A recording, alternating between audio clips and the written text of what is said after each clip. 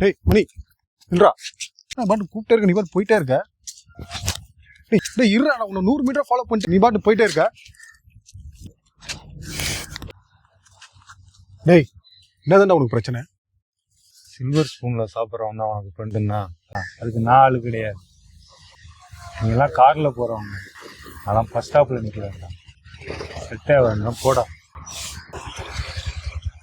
டேய் மணி, நான் உன்னை எல்லாம் விட்டுட்டு அப்படி போக மாட்டேன்டா. நாங்கள் பண்ணது தப்பு தான். நான் இப்போ தான் ஒரு விஷயத்த புரிஞ்சுக்கிட்டேன்டா. வள்ளுவர் ஒரு விஷயத்த வந்து சூப்பராக சொல்லியிருக்காரு. கெடா வழிவந்த கேண்மையார் கேண்மை விடார் விளையும் உலகுன்னு சொல்லியிருக்காரு.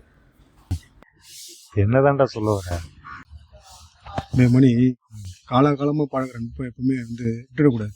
அவன் என்னதான் தப்பு பண்ணாலும் சரி, அவனுக்கு ஏதாச்சும் சங்கடம் பண்ணாலும் சரி, அந்த விஷயத்த நம்ம வந்து எப்பவுமே வந்து விட்டுறக்கூடாது.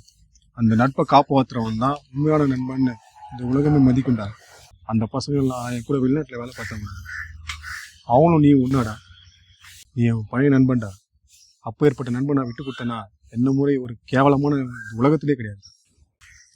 அச்சா மணி, நம்ம எப்பயும் ஞாயிற்றுக்கிழமை போய் டீ சாப்பிடுவோம்ல, போய் டீ சாப்பிடலாம் வாடா. ஏய் ஆடா, இதுக்கெல்லாம் போய் கோச்சிக்கிட்டு எல்லாம் ஒரு விஷயமா?